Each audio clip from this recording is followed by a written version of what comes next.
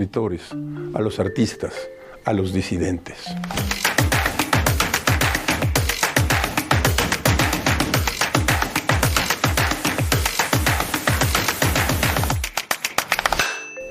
Bienvenidos a La Otra Aventura, un espacio dedicado al mundo de los libros.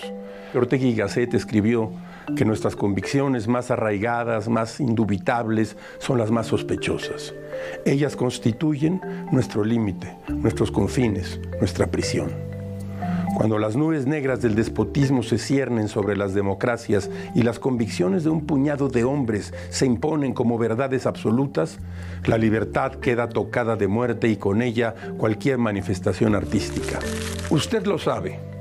Es una perversa manía de los dictadores y los autócratas acercar a su seno a los intelectuales y a los artistas para después perseguirlos, atraparlos y encarcelarlos. Un viejo proverbio chino dice que es fácil esquivar una lanza, pero no el puñal oculto. A lo largo de la historia de los totalitarismos del siglo XX, el poder utilizó todo tipo de técnicas para silenciar a los subversivos, a los críticos, espiando, persiguiendo las 24 horas del día, corrompiendo al círculo cercano para obtener soplones, creando pruebas falsas. Antes del asesinato y la tortura se emplean toda una serie de lentas constricciones que asfixian la vida de sus víctimas. Pero el arte es largo, la vida breve, y han llegado hasta nosotros un gran número de testimonios literarios, de resistencia, de coraje y de libertad. Fue el filósofo Cioran quien escribió lo siguiente: no son los males violentos los que nos marcan, sino los males sordos, los insistentes, los tolerables, aquellos que forman parte de nuestra vida, nuestra rutina, y nos minan meticulosamente con el tiempo. No se vayan. Hoy vamos a hablar aquí de algunos escritores que fueron acorralados, perseguidos por el poder. Y como todas las semanas les recuerdo que fue Adolfo Bioy Casares quien escribió que leer era La Otra Aventura, y que la primera era probablemente la vida misma. Estamos pues en La Otra Aventura.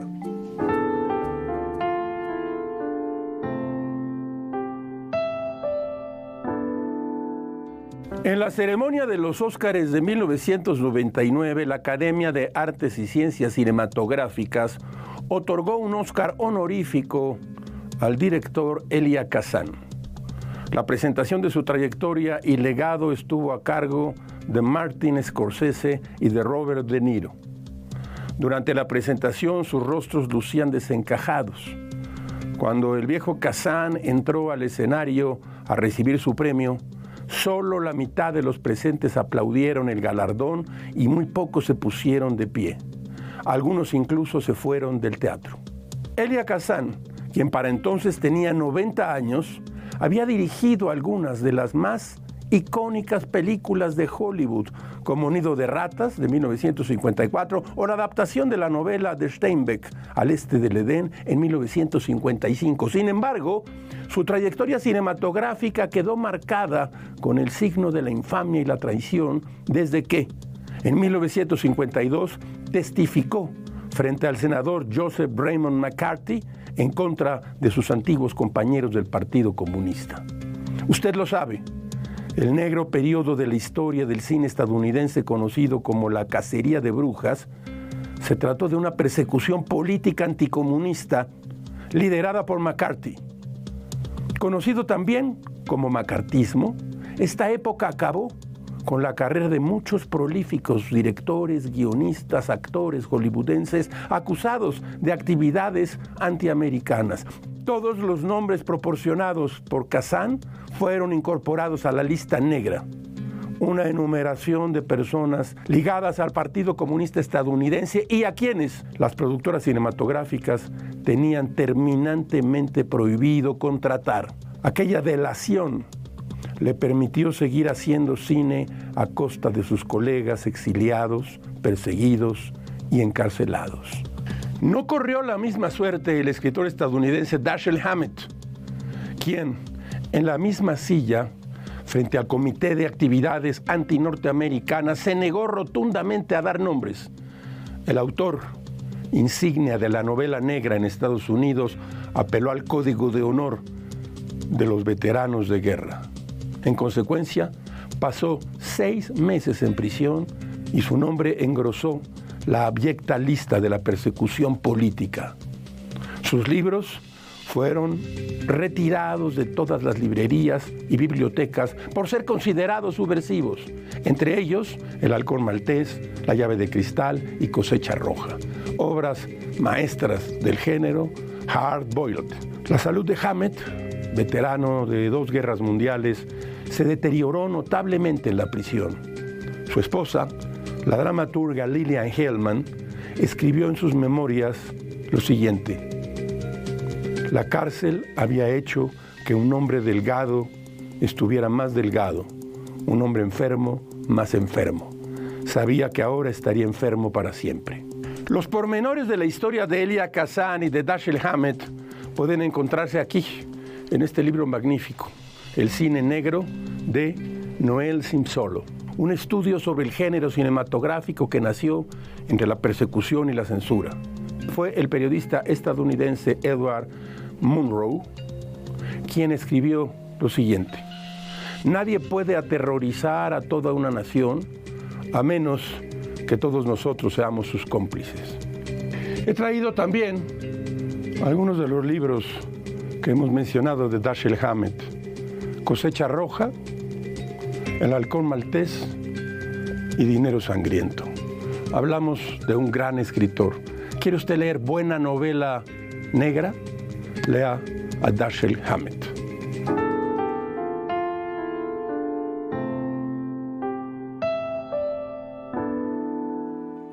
En el peregrinaje que vivió como exiliado el escritor Walter Benjamin, decidió acabar con su vida el 26 de septiembre de 1940.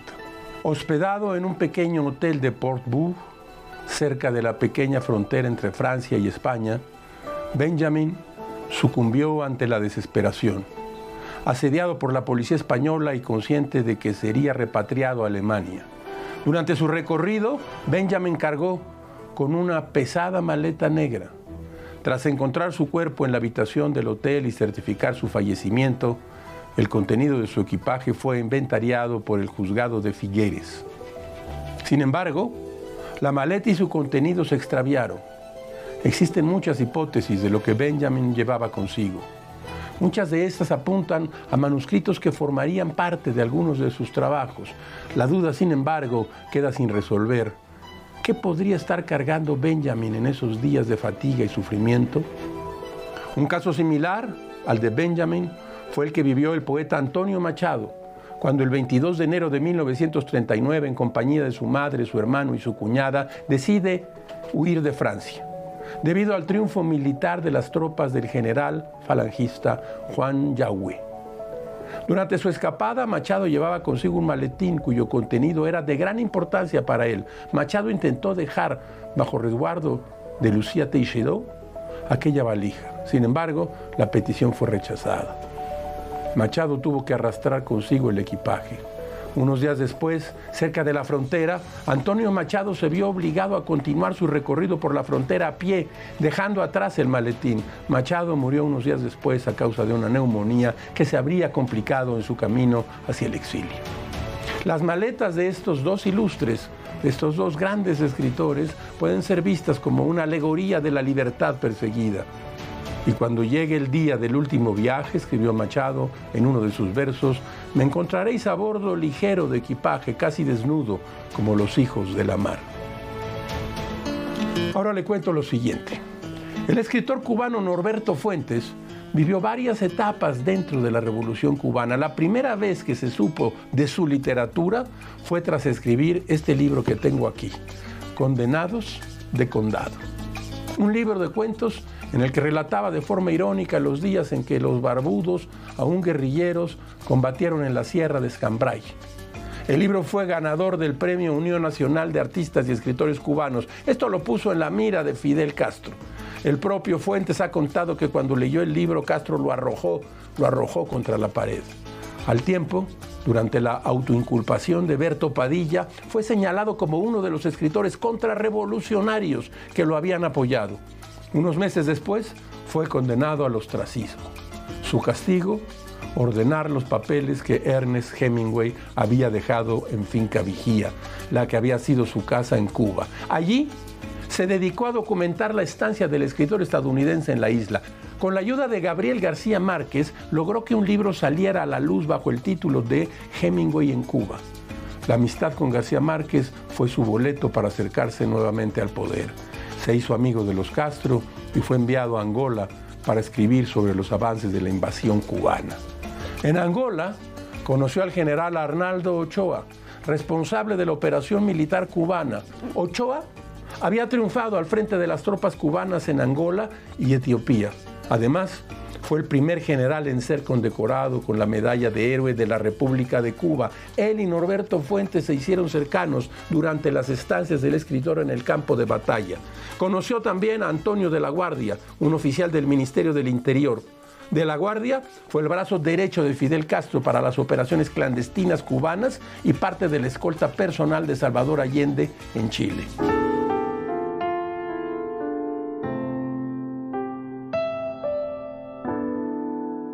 En 1949, recién llegado a Praga, Milan Kundera envió una carta a un amigo. Ahí el escritor soltó un chiste acerca de un oficial del gobierno comunista checoslovaco. Fue interceptada por la StB, la policía política del régimen. Kundera fue expulsado del Partido Comunista Checoslovaco y este episodio inspiró su primera novela, La broma. Aquí la tienen ustedes, está publicada por Tusquet. En la novela, Ludwig Hahn, un joven comunista, envía en mitad de un ataque de celos una carta a su novia. El mensaje incluía una burla sobre el optimismo ideológico de la época. La policía política intercepta la carta y Ludwig es expulsado del partido. La broma se publicó en 1967 y fue prohibida en Checoslovaquia en 1968. Hemos traído a esta sección el gran inicio de La broma. Escúchelo usted.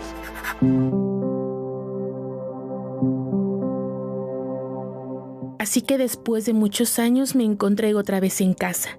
Estaba en la plaza principal, por la que había pasado infinidad de veces de niño, de muchacho y de joven, y no sentía emoción alguna. Por el contrario, pensaba que aquella plaza llana, por encima de cuyos tejados sobresale la torre del ayuntamiento, semejante a un soldado con un antiguo casco, tiene el aspecto del patio de un cuartel, y que el pasado militar de esta ciudad moraba, que sirvió en tiempos de bastión contra los ataques de húngaros y turcos. Había marcado en su rostro un rasgo de fealdad irrevocable. Después de tantos años, no había nada que me atrajera hacia mi lugar de nacimiento. Me dije que había perdido todo interés por él y me pareció natural. Hace ya 15 años que no vivo aquí. No me queda en este sitio más que un par de amigos o conocidos, y aún a esos trato de evitarlos. Y a mi madre la tengo aquí enterrada en una tumba ajena, de la que no cuido.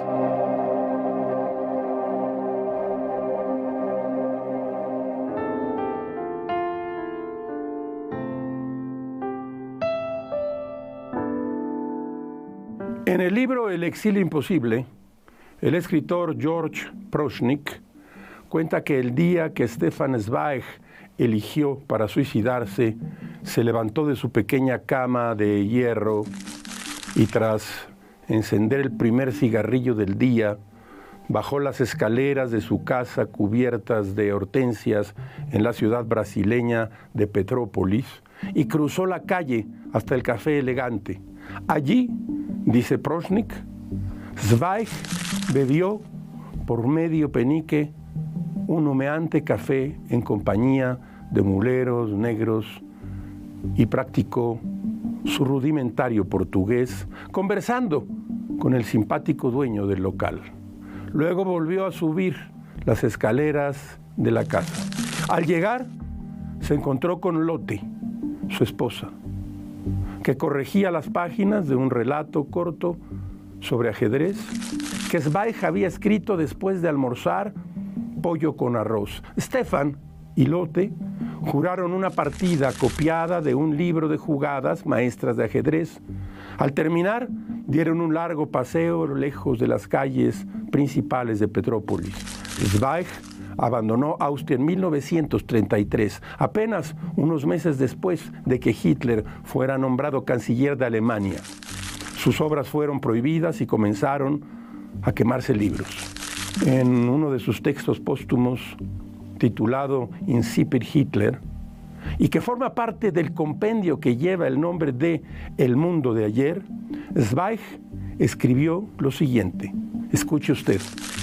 Obedeciendo a una ley irrevocable, la historia niega a los contemporáneos la posibilidad de conocer en sus inicios los grandes movimientos que determinan su época. Por esta razón, no recuerdo cuándo oí por vez primera el nombre de Adolf Hitler. Ese nombre que ya desde hace años nos vemos obligados a recordar o pronunciar en relación con cualquier cosa todos los días, casi cada segundo, el nombre del hombre que ha traído más calamidades a nuestro mundo que cualquier otro en todos los tiempos, escribió Zweig.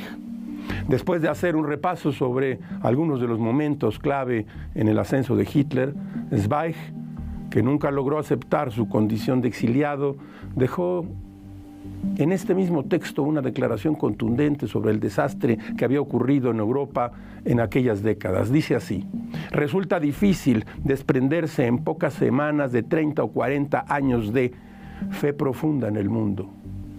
Anclados en nuestras ideas del derecho, creíamos que la existencia de una conciencia alemana, europea, mundial, y estábamos convencidos de que la inhumanidad tenía una medida que acabaría de una vez para siempre ante la presencia de la humanidad.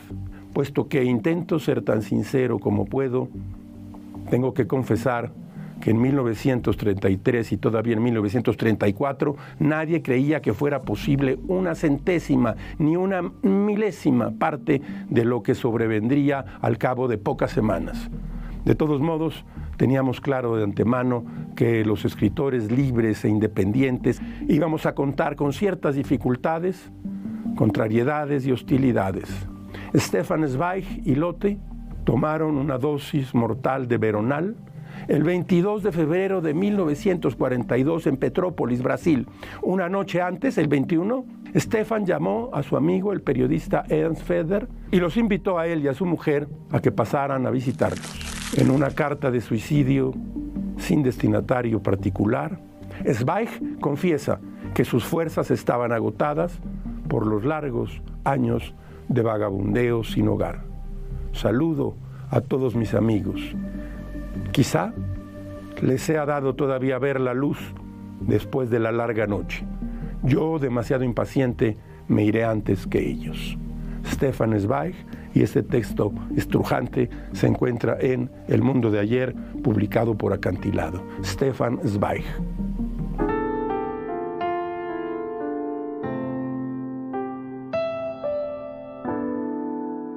En el taller de la otra aventura, combinemos ahora la letra impresa con el cine. Gomorra, basada en la novela de Roberto Saviano. Es una buena película. Escritores perseguidos. Saviano es uno de ellos. Perseguido por la camorra, ni más ni menos, por la mafia italiana. Aguirre, La ira de Dios, de Werner Herzog. Seguramente usted la ha visto, vuélvala a ver. Es muy buena. Yo acabo de volver a encontrarme con esta película. Y luego El tercer hombre, Orson Welles, ni más ni menos, y basado con un argumento de Graham Greene. Stefan Todorov, La experiencia totalitaria, publicado por Galaxia Gutenberg. Un libro más, Merlin Holland, El marqués y el sodomita, Oscar Wilde ante la justicia. Wilde, perseguido en este caso por sus ideas y también por sus preferencias sexuales. No se vaya, seguimos aquí en La Otra Aventura.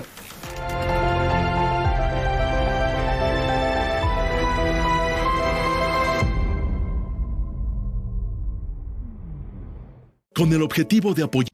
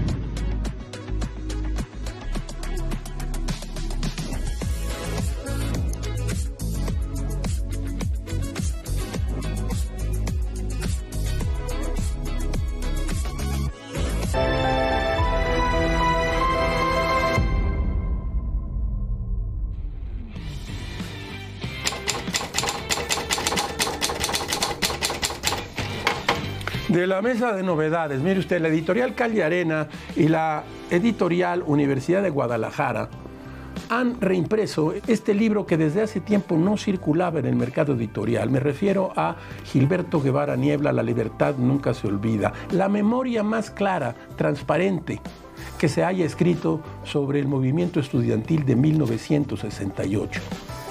Gilberto Guevara fue perseguido, junto con otros muchos dirigentes estudiantiles, y estuvo en la cárcel varios años. Este libro vale la pena que lo lea usted si se trata de hablar de escritores perseguidos. La libertad nunca se olvida. Susan Sontag es la crítica fundamental de muchos de los temas del siglo XX. Este libro, publicado por Random House, contiene la obra imprescindible de esta gran escritora, Susan Sontag. Si lo encuentra, lléveselo. Trae de todo: objetos melancólicos, fotografía, el SIDA. Un gran libro. El crítico de críticos, George Steiner, en The New Yorker. Todo lo que publicó en The New Yorker se encuentra en este libro publicado por Ciruela. Uno de los libros más importantes de esta temporada, sin duda. De la mesa de novedades.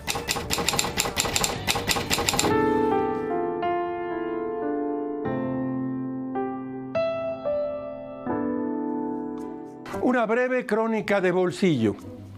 El escritor mexicano José Revueltas fue perseguido por el régimen durante prácticamente toda su vida. Incluso fue a dar a las Islas Marías.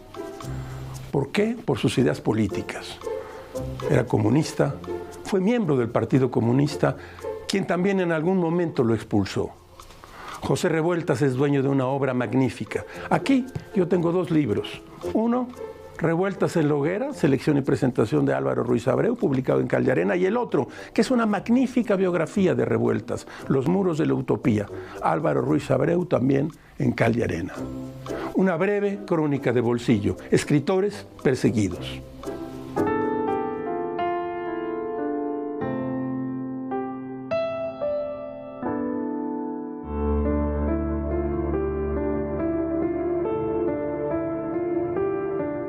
De Profundis es el segundo libro que escribió el poeta británico Oscar Wilde. Es una dolorosa carta de amor y odio dirigida a quien fuera su amante, Lord Alfred Douglas. En 1895, cuando Wilde se encontraba en la cumbre de su fama literaria, Lord Douglas lo acusa de difamar a su padre, el marqués de Queensberry.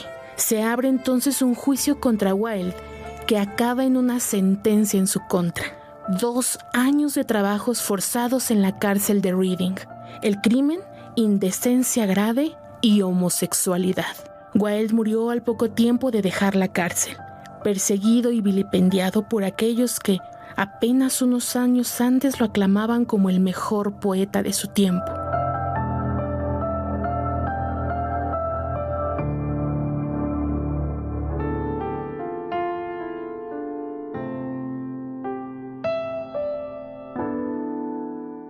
En noviembre de 1922, la policía secreta del régimen soviético abrió el expediente de un joven escritor que había manifestado la intención de escribir un diccionario biográfico de escritores rusos. Su nombre, Mikhail Bulgakov. A partir de entonces, y para siempre, sufrió la vigilancia permanente del Estado soviético. En 1926, los hombres grises de la seguridad del Estado irrumpieron en su departamento y confiscaron su diario. Durante 3 años, Bulgakov trató de recuperarlo. Su animadversión por todo lo que tuviera que ver con el Estado soviético estaba descrita con lujo de detalle y con la acidez de su pluma sardónica a lo largo de varios tomos. Sus cuadernos estuvieron en uno de los sótanos de la Lubyanka, el cuartel general de la KGB. En una de sus entradas, Bulgakov escribe lo siguiente: Moscú está hecho un asco, pero cada vez está más iluminado. Y curiosamente, en la ciudad conviven 2 fenómenos: la prosperidad de la vida con su absoluta gangrena, la endemoniada boca burocrática soviética lo engulle todo. Cada paso, cada movimiento de un ciudadano soviético es un suplicio que dura horas, días e incluso meses. Stalin le hizo la vida de cuadros a Mikhail Bulgakov. Era su director de teatro favorito. Basta decir que asistió a la representación de su obra Los días de Turbin 15 veces. 15. Sin embargo, prohibió que cualquier otra de sus obras fuera puesta en escena. Censuró todo lo que escribía y ordenó que no se le diera trabajo en ningún sitio. Cuando finalmente le detuvieron sus diarios, los arrojó al fuego y juró no volver a escribir un diario. ¿Cómo es que lo tenemos entonces hasta hoy en día? La KGB lo había fotografiado completo y muchos años después, tras la caída del régimen, fueron recuperados. Un milagro propio de sus novelas. En El maestro y Margarita, cuando Volan, el demonio que irrumpe en Moscú, logra dar con el maestro, este había arrojado un manuscrito de su novela al fuego. Perdóneme, pero no le creo, le respondió Volan. Los manuscritos no arden. También existe este libro, se ha publicado este libro en Galaxia Gutenberg de Vitaly Shentalevsky, Esclavos de la Libertad. Le recuerdo que si quiere usted recibir el contenido íntegro de nuestros guiones, así como la bibliografía completa de los libros que traemos cada semana al programa, solo tiene que buscar nuestras redes sociales. Tenemos YouTube, Instagram, Facebook, X antes Twitter y Substack.